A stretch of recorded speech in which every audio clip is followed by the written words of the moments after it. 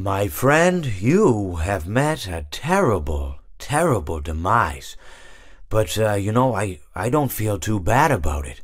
After all, if it weren't from me, it would have just been from someone else, you know? I guess what I'm trying to say is life goes on. Well, for everyone else, life goes on, not for you. You're dead. But that's neither here nor there.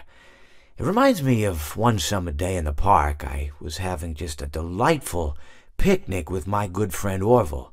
And I said to him, Orville, I have a story. And he said to me, what's the significance of the story? And I said to him, Orville, not every story has to have significance, you know? Sometimes a story is just a story. If you try to read into every little thing and find meaning in everything anyone says, you'll just drive yourself crazy. I had a friend do it once. Wasn't pretty. We talked about it for years. And not only that, but you'll likely end up believing something you shouldn't believe and thinking something you shouldn't think, or assuming something you shouldn't assume, you know? Sometimes, I said, a story is just a story. So just be quiet for 1 second of your life and eat your sandwich, okay? Of course, it was only then I realized I made sandwiches, and poor Orville was having such difficulty eating it. Elephants have those clumsy hands, you know? Actually, I suppose that's the problem. They don't have hands at all, do they? They're all feet. And I couldn't imagine someone asking me to eat a sandwich with my feet.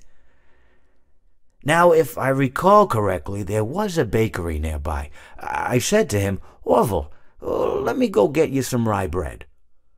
Now, I'm unsure if elephants enjoy rye bread, but I assure you that Orville does. Now, this was on a Tuesday, which was good because rye bread was always fresh on Tuesday. They made sourdough bread on Monday and threw it out Wednesday, or rather they sold it at a discount for people wanting to feed the ducks, and then probably at the end of the day, finally, they threw it all out. I don't recall. I do remember a man who would bring his son to the bakery every Wednesday and then go feed the ducks. He would buy all of the sourdough bread. Of course, you know, you're not supposed to feed the ducks sourdough bread at all. It swells up in their stomach and then they all die. At least that's what I've heard. You know, I never saw any ducks die myself, but I did notice a substantial decrease in the duck population over the course of a few years. I just never thought to stop the man and tell him that he was killing the ducks by feeding them sourdough bread. And if you want my opinion on the matter, and I told Orville this as well, if you want to feed ducks, or birds, or any kind for that matter, it's best to buy seed. I mean, when you think about it, breads of any sort don't occur in nature. They don't grow on trees or spring up from the bushes. I don't think birds know what to do with bread. What was I saying? Oh, yes. So I bought Orville some rye bread. What a fine day it was. Well, it seems that your journey has ended. Very sorry about that. It was always going to end this way, of course. If it weren't by me, it would have just been by some other, terrible thing. Just, you could not imagine how terrible it would be. Just, I get scared thinking about it. I'm glad it's not me.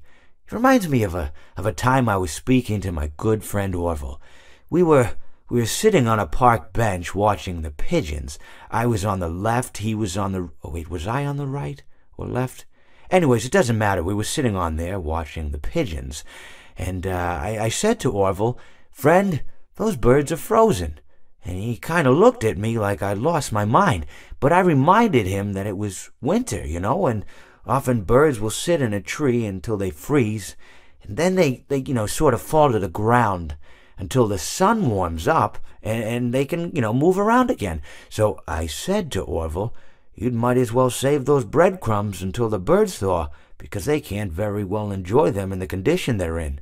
To which he asked what I meant, and asking what condition the crumbs should be in before he threw them to the birds, assuming that I meant the birds couldn't enjoy the breadcrumbs in the condition that the crumbs were in, when in fact I had meant the birds could not enjoy them in the condition that the birds were in, considering that the birds were frozen. So he took a moment and then threw his last handful onto the ground. I said to him, Orville, why did you throw the breadcrumbs to the birds when I just told you they're frozen? To which he responded, the breadcrumbs are not frozen. Again, misunderstanding my words. I didn't mean to say that the breadcrumbs were frozen when I said I told you they're frozen. I'd been referring to the birds. In hindsight, what I should have said was, and this would make perfect sense, why did you throw the breadcrumbs to the birds when the birds are frozen? He misunderstood upon my correction, stating that he didn't know what else to do with the breadcrumbs and that perhaps, when the birds thawed, they'd still be able to eat the crumbs. So I said to Orville, and this is what I said to him, I said, Orville, the birds may be dead.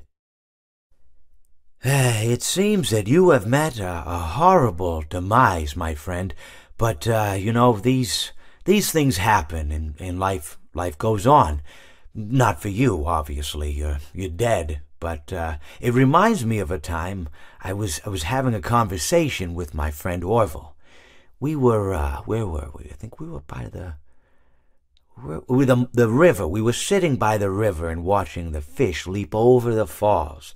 And I said to Orville, sometimes I feel like a fish leaping over and over again, always trying to get somewhere, though I don't know where, only to find myself in the jaws of a beast. He, of course, looked at me, surprised, Have you been in the jaws of a beast, friend? To which I said, no, of course not, Orville. I said, no. I simply meant that life can seem like a relentless endeavor to overcome meaningless obstacles, only to meet an equally meaningless fate regardless of your efforts, regardless of the obstacles you've passed. And Orville, he stood and proceeded to drape me with a picnic cloth, to which I asked him, I said, friend, what are you doing? He looked at me very concerned, really. I feel like you've gotten too much sun. Indeed, indeed I had. He proceeded to pour me a glass of just ice-cold lemonade. Ooh, you ever mix it with iced tea? You do like a little half lemonade, ooh, it's so, you should try it some. Well, you can't because you're dead. But anyways, so you may be asking yourself, how did I go from sitting by the falls and drinking lemonade to being wedged in the air duct? Not only with Orville, but with an entire assortment of fruity-colored friends.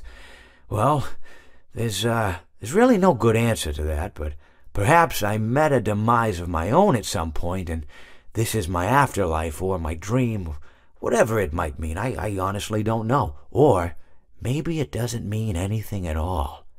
Maybe it doesn't mean anything at all. It seems that you have met your end. What a pity. I don't feel too bad about it, though. After all, if it weren't me, it would have just been one of the others, I guess. I'm honestly just glad to be out of those air ducts. It's not easy for a hippopotamus to fit up there, and not easy to get down either, and not as young as I used to be, as you can see. I used to be able to do all sorts of things. You're young, you're vibrant, you have that sort of pep in your step. It reminds me of a conversation I was having with one of my good friends, Orville. We were having a nice picnic one day. I believe it was summer. No, perhaps it was it the fall? Yes. It was the fall because the leaves had turned already. But I said to Orville, I says, Orville, I have a story to tell you.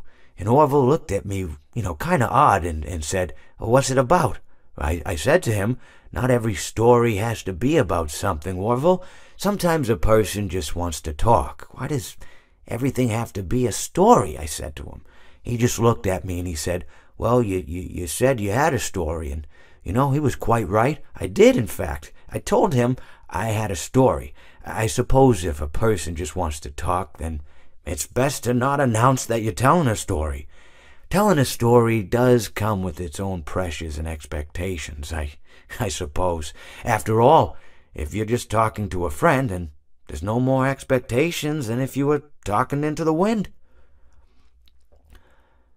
Words by themselves aren't expected to carry, aren't expected to stick. But if you announce you're telling a story, well then there'd better be a point to it all, you know? No one wants to sit and listen to someone ramble on and on and on with absolutely no end in sight. So, it's good to be mindful that when you tell someone that you're about to tell a story, that you have something to say. Telling someone that you're going to tell them a story is tantamount to asking them to stop what they're doing and pay attention. You're basically saying, hey, buddy, stop everything. Stop what you're thinking. I have a solution to everything. And, well, I didn't really have any story to tell. In hindsight, I probably just misspoke when I said that I had a story.